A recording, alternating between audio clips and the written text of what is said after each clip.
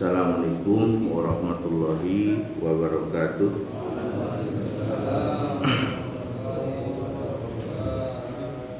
Sebelum melanjutkan kajian, kita sama-sama baca Al-Quran surat Al-Mujadilah ayat 7, ayat berapa? Ayat berapa?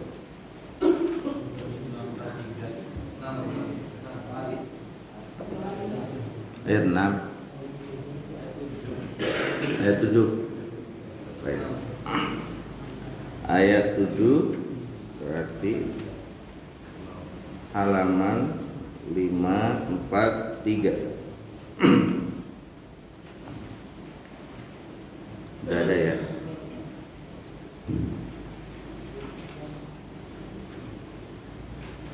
A'udzu billahi minasy syaithanir rajim. A'udzu billahi minasy syaithanir rajim. Bismillahirrahmanirrahim.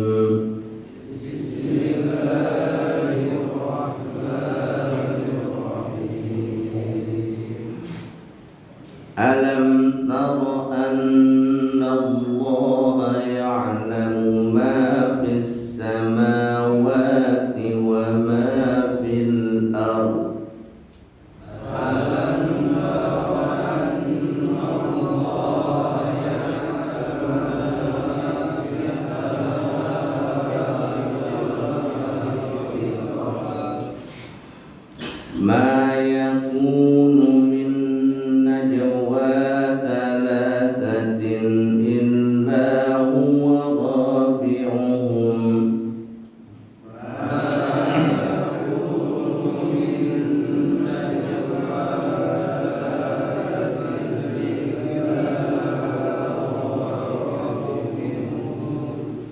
wala khamsatin illa huwa sadisuhum wala adna min dhalika wala akthar.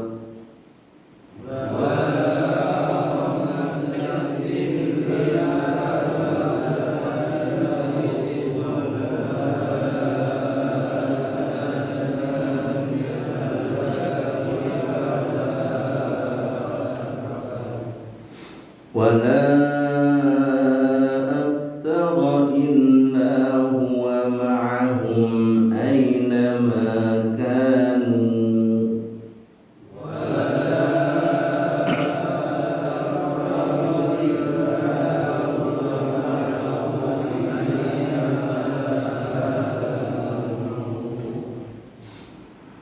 ثم ينبئهم يوم القيامة.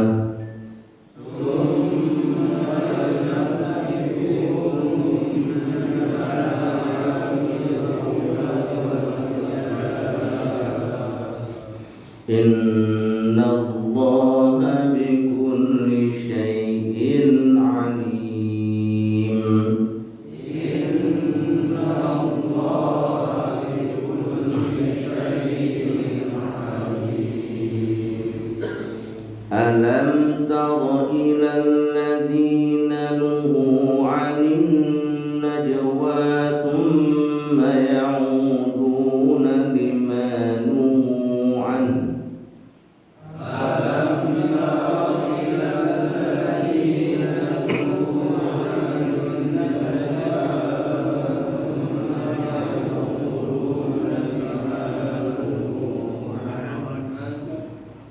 ثم يعودون لما نهوا عنه ويتناجون بالإثم والعدوان ومعصية الرسول.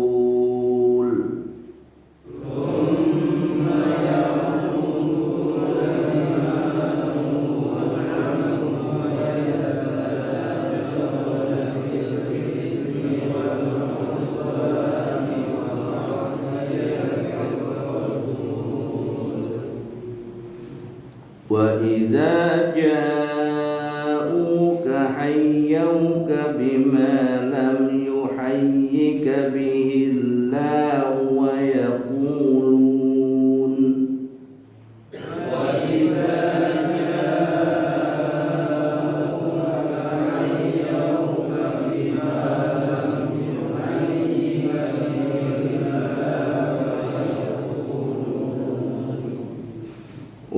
ويقولون في أنفسهم لولا يعذبنا الله بما نقول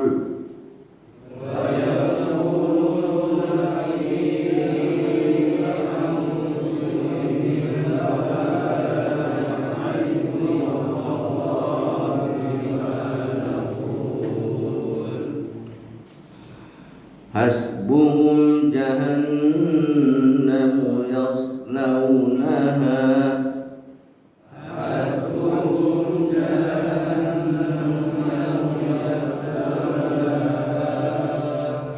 فبئس المصير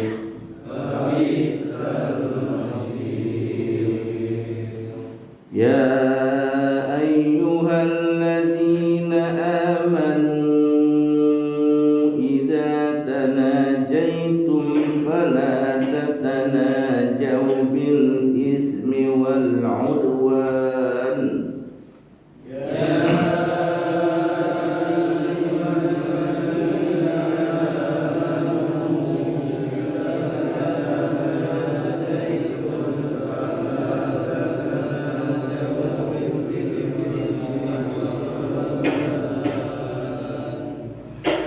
فلا تتناجوا بالإثم والعدوان ومعصية الرسول وتناجوا بالبر والتقوى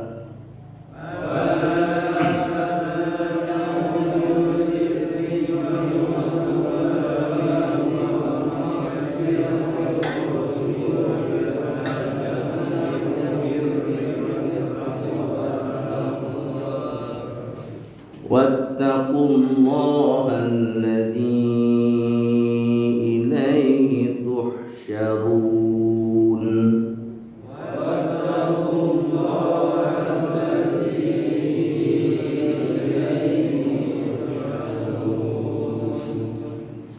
إنما النجوى من الشيطان ليحزن الذين آمنوا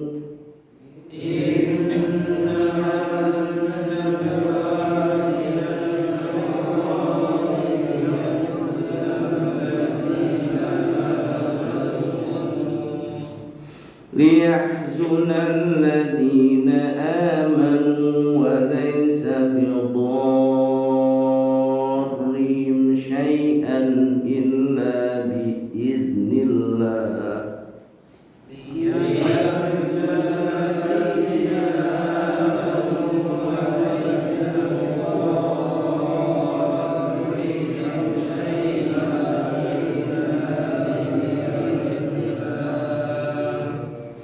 وعلى الله فليتوكل المؤمنون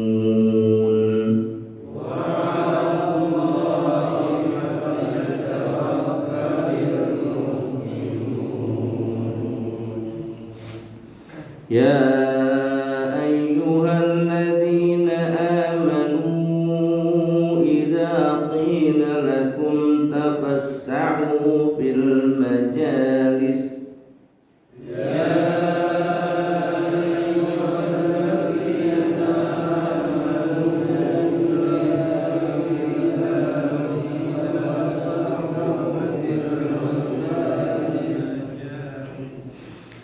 تفسحوا في المجالس فافسحوا يفسح الله لكم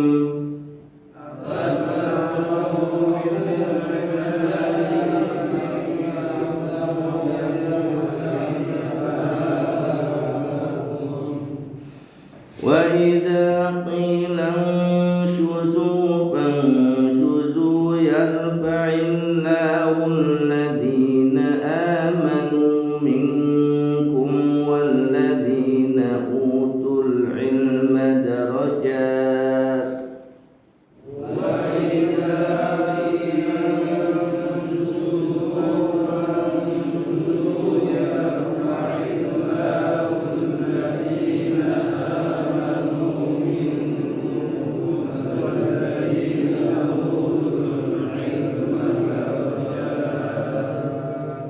wallahu bima ta'maluna khabir.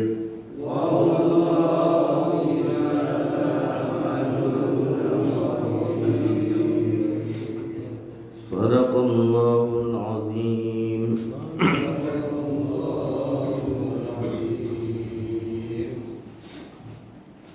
Alhamdulillah wa kafa. Wassalatu wassalamu ala nabiyil mustafa wa ala alihi wa ashabihi wa man tabi'ahum bi ihsanin ila yaumil jazaa, amma ba'du. Qala Allah ta'ala fil Qur'anil Karim wa huwa asdaqul qailin. A'udzu billahi minasy syaithanir rajim. Innal ladzina qalu rabbuna Allahu tsumma istaqamu fala khaufun 'alaihim wa la hum yahzanun. Ulaika ashabul jannati khalidina fiha jazaa'an bima kanu ya'malun. Wa qala Rasulullah sallallahu alaihi wa alihi wasallam,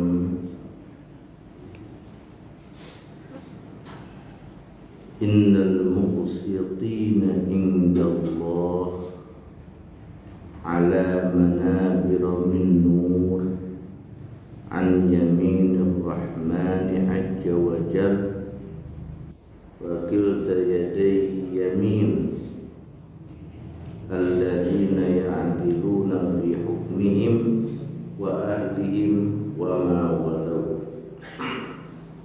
Sadaqallahul azim wa sadaqa rasulun nabiyul karim wa nahnu ala dzalika minasyahidin wasyakirin walhamdulillahi rabbil alamin. Alhamdulillah jamaah sekalian, bapak-bapak, ibunya nggak ada tadi ada. Bapak-bapak yang dirahmati Allah Subhanahu wa taala, semoga kita selalu diberkahi, selalu dibimbing, diberi hidayah dan taufiknya oleh Allah Subhanahu wa taala, sehingga kita semua bisa istiqomah sampai akhir hayat kita. Kalau sudah diberkahi itu luar biasa ya. Berkah itu kalau menurut bahasanya kan az-ziyadah, bertambah. Sisi lain kadang pertambahannya itu tidak terlihat, tapi cukup. Kadang-kadang ada orang yang waktunya kan sama ya, 24 jam, tapi keburu kemana-mana. Misalnya, maksud keburu kemana-mana itu kayaknya waktu bagi dia itu panjang gitu. 1 jam aja misalnya kalau bagi dia orang yang diberkahi. Contohnya kalau zaman dulu ya, para salafus soleh itu sampai ada yang sholat malam itu 300 rakaat. Kita bingung ya, bagaimana ya 300 rakaat? Kita kalau dibagi-bagi mah dihitung-hitung, misalnya kalau 2 rakaatnya aja 2 menit, tinggal kali ya. Kalau 300 berarti berapa? 600 menit. 600 menit itu berarti 10 jam ya. Betul gak? Bapak-bapak kalau ngitung duit mah gampang. Berarti 10 jam. Kalau 10 jam berarti tidak tidur. Tapi namanya berkah bagi dia cukup. Contohnya Imam Syafi'i rahimahullah tadarus di bulan Ramadan, yang disampaikan riwayatnya pada kita bahwa dia selalu setiap bulan puasa itu ya minimal 60 kali khatam.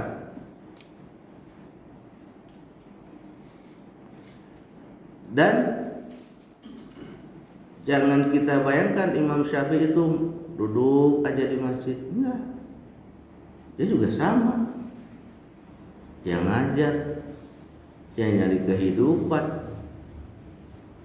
buat dunianya. Ada aktivitas juga begitu. Tapi karena diberkahi oleh Allah, dia mampu menghatamkan 2 kali hatam dalam sehari. Ada orang salafus saleh itu dulu karena waktunya diberkahi, hidupnya berkah, dihitung dengan buku yang dia tulis, yang dia karang, seolah-olah dia itu menulis sehari 6 halaman, 6 lembar, bukan 6 halaman, 6 lembar. Berarti ada 12 halaman. Kita 1,5 halaman aja mikirnya capek ya. Satu nggak biasa, yang kedua yaitu tidak mendapat berkah di situ. Itu dulu. Atau mungkin kita juga mungkin bisa rasakan. Barangkali mungkin bapak-bapak sekalian punya pengalaman tentang sebuah keberkahan. Kalau merasa belum punya pengalaman, coba rasakan. Jadi terkadang duit lah ya, biar cepat mikirnya. Terkadang kita punya uang, kalau menurut hitungan nominal harusnya itu besar uang itu, betul kan?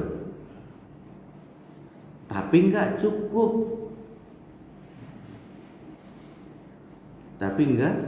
cukup. Ada orang yang gajinya itu sampai 100 juta lebih,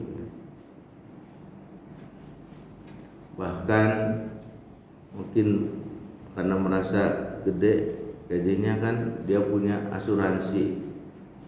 Terus itu asuransinya bukan yang BPJS begitu, bukan yang murah-murah, karena targetnya pengen VIP kalau misalnya sakit. Punya mobil bukan mobil doyok, mobil doyok tuh ya kijang lama ya, mobil doyok itu kalau kata orang sono mobil doyok. Pasti mobilnya pengen yang mahal juga.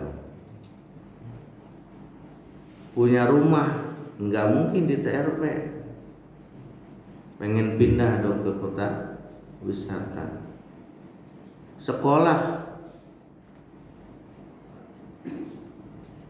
Sekolah nggak mungkin dong ke yang murah, carilah yang mahalan dikit, begitu aja. Sehingga walaupun ratusan juta, dia selalu mengeluh tentang keuangannya. Anaknya padahal punya, harusnya kata orang ya ini karena memang nikmat Allah ya. Allah berikan kesehatan itu untuk semua hambanya, tidak bisa dibeli. Orang kaya anaknya sakit-sakitan, ada orang yang miskin makannya sembarangan apa aja dia.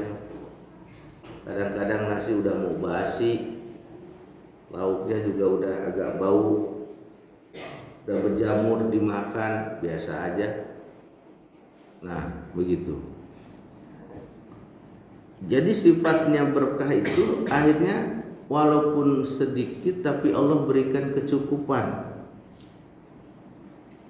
Coba aja mungkin kita rasakan setiap hari bisa berinfak, setiap hari bisa bantu orang, anak sembuh sehat walafiat, padahal nggak gede-gede amat. Nah begitu, itu tandanya berkah. Udah gitu tandanya berkah itu,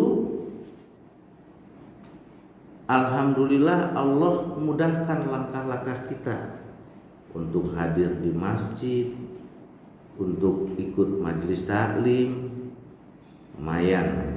Nah, alhamdulillah, mudah-mudahan kita diberkahi oleh Allah Subhanahu wa taala. Jadi walaupun sedikit, kalau berkah itu cukup, apalagi kalau banyak. Jadi mudah-mudahan kita mendapat rezeki, harta banyak dan berkah. Pengennya begitu ya. Tapi jangan lupa bersyukur.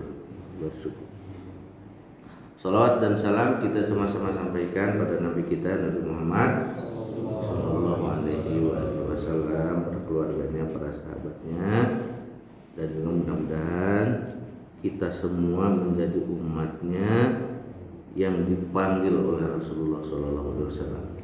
Dan yang termasuk orang yang dipanggil nanti di akhirat itu oleh Rasulullah Sallallahu Alaihi Wasallam, karena kita saking mencintainya Rasul Sallallahu Alaihi Wasallam. Jadikan hati kita rindu kepada Rasulullah Sallallahu Alaihi Wasallam. Jadikan lisan kita selalu bersolawat pada Rasulullah Sallallahu Alaihi Wasallam. Karena di antara nanti yang akan dipanggil oleh Rasul, yang paling dekat dengan Rasul itu adalah aksaruhum sholatan alayya, yang paling banyak membaca sholawat kepada Rasulullah Sallallahu Alaihi Wasallam. Tentunya ini setelah kewajiban ya, wajib, rukun-rukun yang wajib. Jadi bukan berarti kita baca sholawat tapi menghiraukan kewajiban, tidak. Karena namanya yang sunnah itu adalah tambahan, penyempurna. Ya, sholat sunnah qobliyah subuh itu tambahan. Walaupun nilainya besar, tentu tidak akan mengalahkan sholat subuhnya, sholat wajibnya, begitu. Makanya kita sempurnakan yang wajib, nanti cari tambelan dengan yang sunnah. Karena nanti kan Allah Subhanahu wa taala itu akan melihat dulu, mencari dulu tentang yang wajibnya. Begitu. Ketika yang wajibnya udah ketemu, ada bolong-bolong nih. Maksudnya bolong-bolongnya bukan bolong nggak sholat nih, tapi nggak sempurna, kurang bagus. Nah, Allah Subhanahu wa taala mencari sholat sunnah untuk menambal, menyempurnakannya. Ya mas sekalian yang dirahmati Allah Subhanahu wa taala,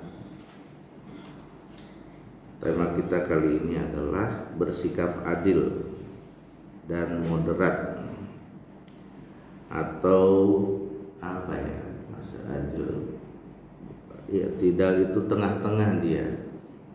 Jadi bersikap tengah-tengah sehingga dia bisa selamat dunia akhirat. Allah Subhanahu wa taala berfirman di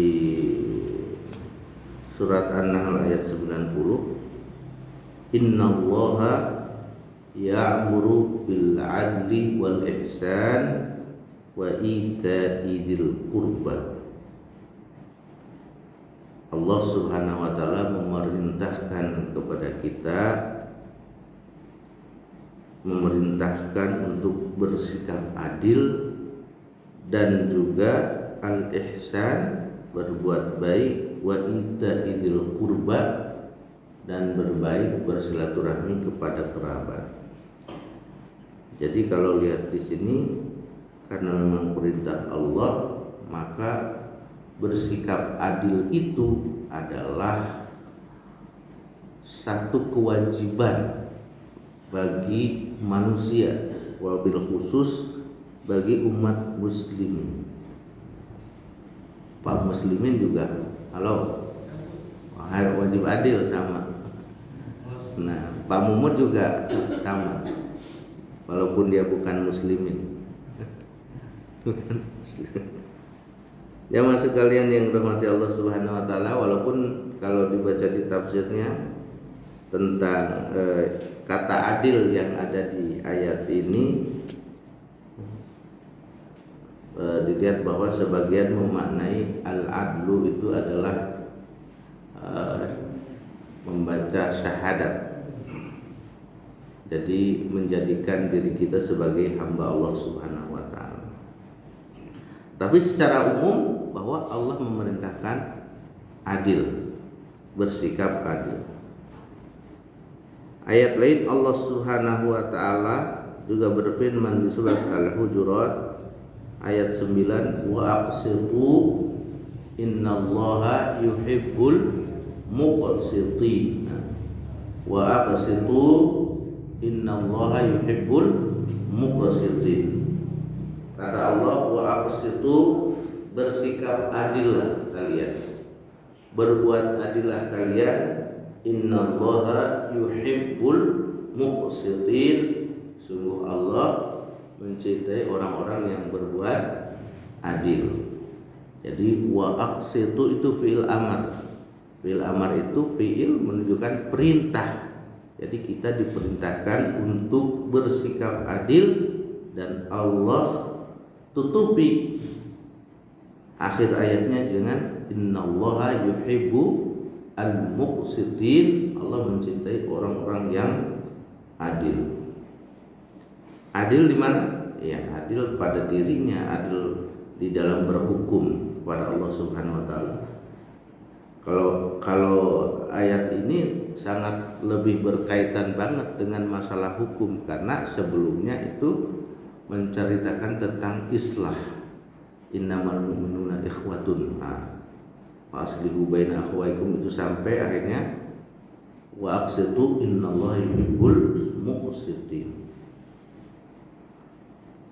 Di ayat lain Allah Subhanahu wa taala juga berfirman, wa idza qultum fa'dilu walau kana dza qurba. Wa idza qultum fa'dilu walau kana dza qurba. Jika kalian ngomong itu maka harus adil. Walau kana dza qurba, walaupun dia itu kerabat. Di sini Allah memerintahkan tetap berbuat adil walaupun kepada kerabat. Jangan ada nepotisme. Kalau sekarang kan musim ya, nepotisme, karena saudaranya punya bintang 5, ada bintang 5? Ya. Sama bintang 7 ya. Begitu. Dia merasa bebas dari hukum gitu.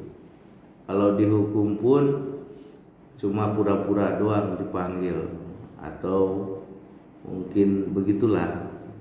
Nah, kalau di sini diperintahkan jangankan pada orang lain, siapapun yang di hadapan kita, ketika di hadapan hukum itu harus adil. Tetaplah dia harus dihukum, ya dihukum itu walaupun saudara.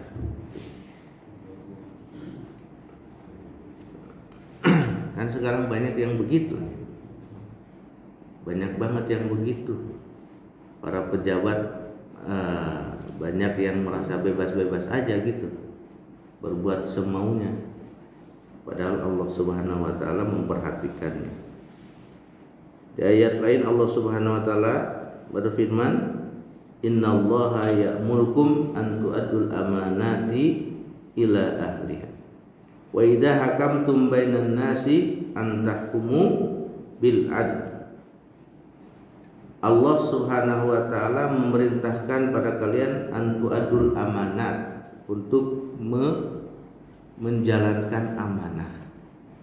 Ya, amanat ila ahliha, memberikan kepada yang berhaknya. Berikan amanat itu harus sesuai haknya, namanya juga amanat. Wa idza hakamtum, dan jika kalian berhukum, menghukum, menjadi hakim, bainan nasi, di antara manusia antahkumu bil adli, maka harus berhukum dengan adil. Yang adil itu bukan seimbang, bukan sama, tapi adil itu memberikan hak sesuai keharusannya. Begitu. Jadi bukan berarti adil itu berarti harus sama ya. Misalnya kayak di bab waris misalnya, bab waris adil itu sama, laki-laki perempuan misalnya 10 ya 10, enggak begitu. Adil itu satu sesuai dengan hukum Allah Subhanahu wa taala, yang kedua diberikan sesuai porsinya. Ya kalau di bab waris Allah Subhanahu wa taala sudah tentukan, sudah sebutkan jatah-jatahnya. Laki-laki 2 jatah perempuan, atau perempuan setengah jatah laki-laki. Jadi kalau kalau perempuan dapat 10, laki-laki dapat 20 begitu. Jangan bilang enggak adil. Karena adil itu bukan sama. Adil itu adalah memberikan haknya sesuai yang diperintahkan oleh Allah, sesuai dengan porsinya, begitu. Kalau dibilang adil itu harus sama, berarti kalau ada anak kita udah gede, udah SMA nangis digendong-gendong dong. Kan beda ya. Jadi anak-anak kecil nangis kita gendong kan? Ntar ada anak kecil anak kita udah SMA nangis digendong-gendong gitu. Ya enggak kan? Nah, jadi memberikan sesuai haknya, itu adil. Jemaah sekalian yang dirahmati Allah Subhanahu wa taala, jadi banyak sekali ayat-ayat yang menceritakan tentang keadilan. Tentang adil, bahkan Allah sebutkannya itu langsung perintah.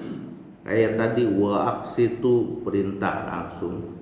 Kayak di barusan innallaha ya'murukum, udah pakai kata ya'muru, berarti udah benar-benar deh. Adil itu adalah suatu kewajiban.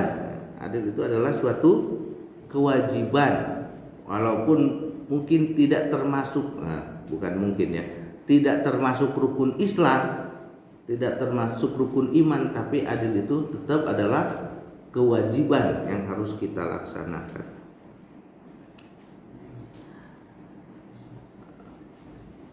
Adil di dalam apa aja? Di dalam perkataan, adil di dalam perbuatan.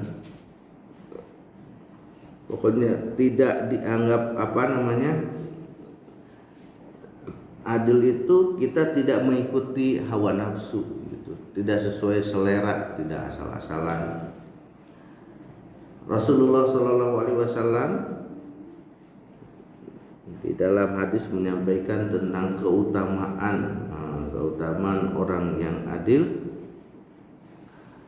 menyampaikan tadi yang saya bacakan, innal muqsitina indallahi ala manabiri min nur. Nanti di akhirat itu orang-orang yang berbuat adil itu akan disimpan atau didiamkan, ditaruh di mimbar cahaya. Di mimbar cahaya, udah berarti kan maksudnya mimbar istimewa. Kalau sekarang aja mungkin seseorang dipanggil ya, jangankan menang, diundang aja di acara award, ada pemberian penghargaan banyak. Kita bikin aja nanti award Darul Hijrah, diundang aja, kita udah bangga ya. Mungkin dikasih, belum lagi kita dipanggil ke depan misalnya, itu di dunia. Nah di akhirat itu manabir min nur, kan mimbar tuh banyak. Nah yang paling istimewa adalah manabir min nur.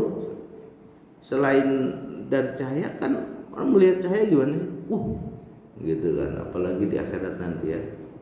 Mudah-mudahan kita termasuk yang dipanggil oleh Allah Subhanahu wa taala ya. Di hadis lain Rasulullah menyampaikan, ini sering kali dibacakan ya, bahkan yang sebelumnya juga sudah membacakan, sab'atun yudhilluhumullahu fi dhillihi yauma la dhilla illa dhilluh. Ada tujuh kelompok yang nanti akan Allah naungi, jadi nggak kepanasan, nggak kehujanan.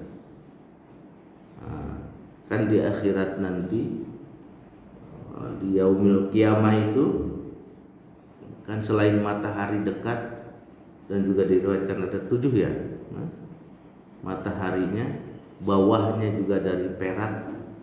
Bayang nggak panasnya?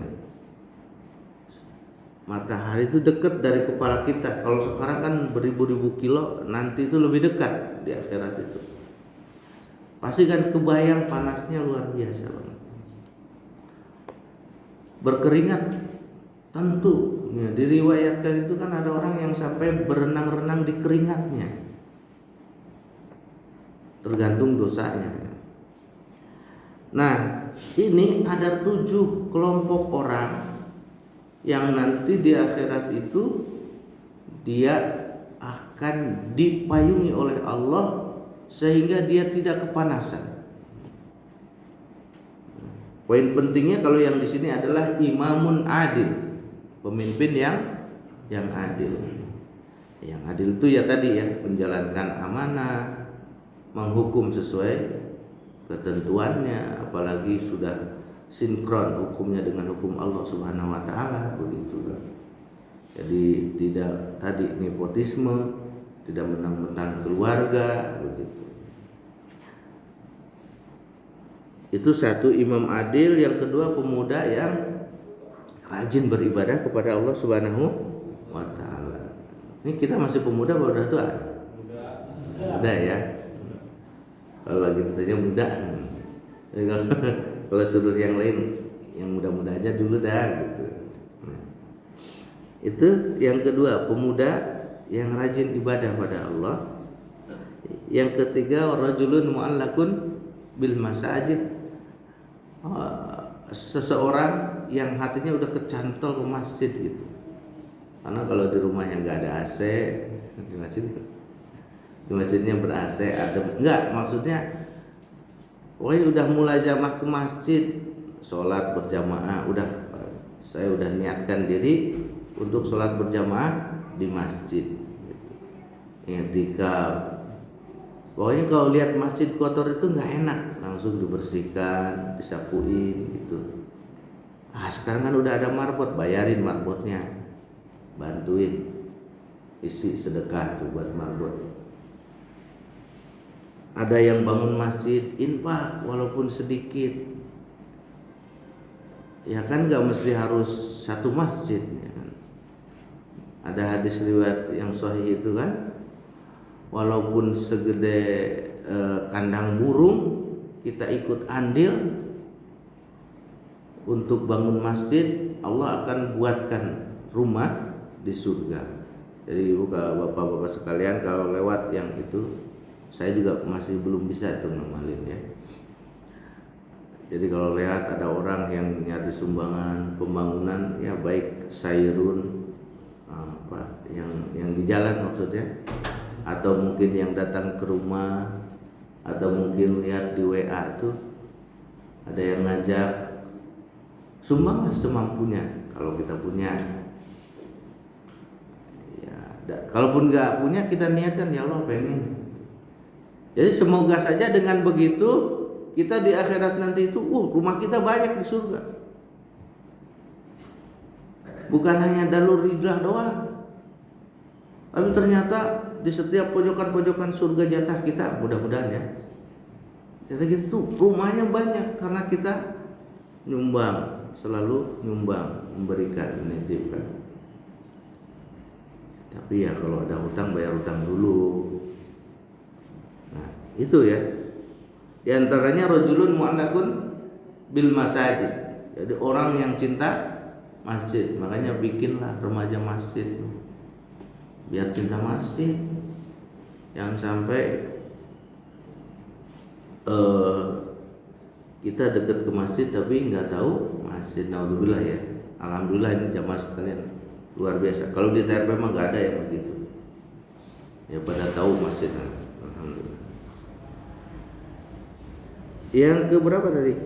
Yang keempat, rajulun tahaba fillah ijtama'a alaihi wa tafarraqa alaihi. Saling mencintai karena Allah aja. Kalau di sini istilahnya rajulani karena memang saling mencintai minimal dua, apalagi kalau banyak. Bahkan di hadis lain tentang orang yang saling mencintai itu termasuk juga nanti yang akan disimpan, dikelompokkan ke manabir min nur. Jadi dia akan di award tuh dimasuk di mimbar dari cahaya dia. Bahkan disampaikan sampai para nabi pun, as-siddiqin pun merasa iri itu, ya pengen banget begitu. Adalah orang yang saling mencintai karena Allah. Ya kalau nggak bisa segini banyak orang, minimal satu orang tuh kita saling cinta. Udah, dia punya utang kita bayarin utangnya. Siap kamu? Nah yang deket aja Pak Muslim. Setidaknya gini, sampai bilang saya mencintai antum karena Allah. Pernah kan nyebut gitu? Oh saya juga ya. Saya mencintai bapak-bapak karena Allah. Yang punya utang, yang punya ini, yang punya masalah, ayo datang ke rumah. Iya, nanti kita sama-sama nangis, curhatan. Ya begitu. Bahkan sampai kalau dulu digambarkan tahababillah itu kan sampai di tentang sahabat ya, bagaimana Rasulullah SAW saat hijrah pertama kali itu dipersaudarakan gitu ya. Sampai ada kaum muhajirin itu yang ditawarin rumahnya, saya punya rumah 2 nih, ya udah pakai buat kamu 1, itu sampai segitu. Bahkan ada yang nggak hanya kaum muhajirin, ternyata ada juga para orang soleh yang begitu. Ada juga orang yang sampai ada seorang di Mesir, ini saya sampaikan ya, dia udah berkomitmen untuk mencintai karena Allah. Pokoknya selalu berbuat baik itu dia sama-sama, sampai akhirnya dipisahkan oleh Allah Subhanahu wa taala. Yang satu harus berangkat ke Saudi, yang satunya di penjara. Setelah itu dia bebas, katanya bebas dari penjara, sakit dan meninggal. Tapi sebelum meninggal, si orang temannya itu menulis bahwa saya nanti kalau meninggal ingin dibandingkan oleh si A, temannya itu. Padahal dia udah terpisah, tapi luar biasa. Itu mungkin karena kesungguhan cinta di antara berdua itu, Allah jadikan bertemu. Jadi dia keluar dari penjara dan akhirnya meninggal. Nah temennya ini dia juga pulang gitu tanpa telepon-teleponan ini. Enggak. Dia pulang, yang pertama kali dia samperin ke rumah temennya. Pas dia temennya meninggal, dia datang ke istrinya, dikasih surat. Ya surat wasiat itu. Pengen dimandikan, dia ngepas. Meninggal dimandikan oleh dia. Nah itu diantara tahababillah ya. Nah, begitu. Ya tentu berarti ada sebaliknya, ada orang yang saling bermusuhan fillah juga. Jangan sampai ya, dah dia mah kalau sholat tuh nggak nyunah misalnya, jangan sampai. Kita sesama muslim tahababillah. Setidaknya kalaupun kita tidak sampai seperti kaum muhajirin dan ansor, jangan ada kebencian di dalam hati kita kepada muslim. Nah, muslim juga, nah, kepada tetangga kita, kepada umat muslimin ya. Itu muslimin banyak amat sih ya. Itu muslimin. Rajul tahababillah sampai meninggal. Niatkan aja nggak apa-apa, siapa kayak kita pilih. Begitu. Yang kelima, Apa tadi ya? Rajulun da'atu imra'atun data mansabin wa jamal. Ini seperti kisah Nabi Yusuf ya. Yang bapak-bapak udah tahu. Jadi laki-laki bukan kayak kisah Agus sekarang. Dengar enggak cerita Agus? Iya, pokoknya bukan Agus yang di sini lah. Bukan Agus yang di sini. Yang di luar pulau sana itu lagi rame. Pokoknya yang begitulah. Nah, ini laki-laki ada wanita kan cakep, kaya raya begitu dan sebagainya. Pak Bani diajak ke rumahnya. Waduh, misalnya ini Pak Bani, mudah-mudahan aja termasuk sini ya. Diajak ke rumahnya. Di rumahnya itu bukan hanya diapa-apain, udah dikasih makan, udah disiapin tempat tidurnya juga dan sebagainya. Pokoknya udah kebuka. Kata dia, enggak, inni akhafullah, saya takut kepada Allah. Akhirnya dia keluar, nggak mau. Nah, maksudnya padahal udah di hadapan mata itu, udah gratis lagi. Mana ditunggu-tunggu. Nah, misalnya ya, ditunggu-tunggu tuh Pak Bani ya. Enggak, karena takut kepada Allah, dia meninggalkan perbuatan zina tersebut. Bahkan ada, saya dengar Ustadz cerita, Allahu a'lam riwayatnya dari mana, saking ininya gitu kan, kejadiannya itu dia dipanggil ya oleh perempuan yang cakep, ya kaya raya begitu. Nah, namanya kan beda ya, orang walaupun cakep miskin beda kan. Cakep ini udah cakep kaya gitu, bedalah kelihatannya juga gitu. Dia saking udah diajak, pokoknya dirayu, pokoknya segala macam udah. Kalau Nabi Yusuf kan sampai dikunci ya kan, sampai dikunci-kunci lah, begitu juga lah. Saking nggak maunya karena takut kepada Allah, dia ke kamar mandi, terus BAB ya. Habis BAB diambil itunya, dilodetin ke badannya semuanya, si kotorannya itu. Akhirnya keluar kamar mandi, langsung wanitanya nggak mau, dasar orang gila lu, diusir. Itu karena menghindari perbuatan zina karena takut kepada Allah gitu. Kalau cerita, saya pernah baca juga cerita, ada ini di Bandung nih, guru ngaji privat. Ini dia kan ngajar privat ke rumahnya, dan yang diajarkan itu, ini diceritanya, Chinese cakep juga. Apa ya? Nggak tahu statusnya apa, pokoknya begitu lah ya. Itu kan ceritanya itu, dia ceritakan dikasih minum dan minumnya udah kasih obat. Udah obat itu niat banget, udah sengaja. Ya kalau mungkin kalau saya, ya alhamdulillah tidak pernah begitu. Mungkin bisa jadi terganggu juga.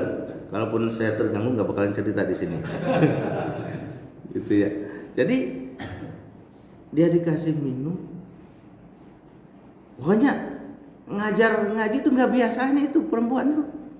Yang awalnya pertama datang itu pakainya bagus, peripat kedua udah menyusun rencana. Itu dia udah gak karuan, tapi alhamdulillah masih imannya masih kuat dan dia berusaha untuk keluar. Dan alhamdulillah bisa keluar, tidak terjadi hal yang diinginkan. Yang diinginkan apa tidak diinginkan ya? Tidak, perbuatan zina itu tidak terjadi. Itu atas pertolongan Allah, kata dia. Dan memang kata dia, saya pagi itu sampai baca maksurat 2 kali. Doa paginya itu 2 kali dia ulang-ulang. Sholat juga diperbanyak, kata dia. Itu pertolongan Allah aja, kata dia. Bahkan disampaikan, kata si yang nipunya itu, yang siap untuk ngambilnya itu sebenarnya pintu udah terkunci, udah dikunci sama dia, tapi bisa dibuka. Nah, karena keyakinan takut pada Allah. Nah, ini diantara tadi yang dinaungi oleh Allah ya. Dia tidak melakukan hal itu karena takut kepada Allah. Ini insya Allah kalau di sini ya insya Allah ya, kalau di sini enggak kan, enggak ada. Ya mungkin kalau di anggaplah misalnya kalau di tempat kerja kan udah dia atasan kita, cakep, nah nggak usah nanya-nanya janda atau muda ya. Atasan kan namanya atasan juga kan dipanggil deh kan. Aduh gimana ya, kan begitu. Udah istighfar berkali-kali, tapi rizki katanya jangan begitu, yang bilang rizki anak soleh. Nah itu selanjutnya adalah rajulun tasaddaqa, seorang yang bersedekah diumpetin. Ya kalau zaman salafus soleh saya suka dapat cerita ya, zaman dulu itu betul-betul sedekah itu ya langsung datang ke rumah-rumah kasih udah malam-malam sendiri gitu. Ya diantaranya kisah Zainal Abidin. Zainal Abidin ini adalah cucunya Nabi Muhammad SAW, bahkan udah cucunya Husain ya, anaknya Husain apa? Cucunya ya kalau nggak salah. Zainal Abidin itu beliau itu suka ngasih makanan pokok ke orang-orang fakir miskin. Jadi di malam hari taruh orang fakir miskinnya, ketahuannya apa? Yang pertama ketahuannya katanya pas dimandikan badannya itu kayak banyak sesekelen apa namanya, kapalan gitu kan, saking dipakai manggul gitu kan, suka yang pakai ya kapalan gitu. Pas lagi dimandi itu kok bisa ya, kayaknya kan orang diem gitu kan, nggak pernah kerja, kok bisa ininya itu apa sampai kapalan. Itu satu ketahuannya. Yang kedua ketahuannya apa, setelah beliau meninggal kok nggak ada lagi bantuan di depan pintu itu, saking rahasianya. Nah kita harusnya begitu. Jadi Pak Bani nih minta aja nomor rekening saya, nah kirim aja transfer. Ketahuan namanya. Oh nggak usah nanya itu, nanya doang kan Pak Bani udah tahu tuh rekening yang dari desa itu. Kirim aja, udah nggak usah ngomong-ngomong. Sekarang lebih gampang sebenarnya Pak Maud gitu, Pak Maud udah tahu kan. Jadi nggak usah ngomong-ngomong gitu. Gitu. Tahu-tahu ada notifikasi aja 100 juta. Nah begitu, sekarang gampang. Jadi bersedekah dengan ya betul-betul nggak ada yang tahu udah gitu.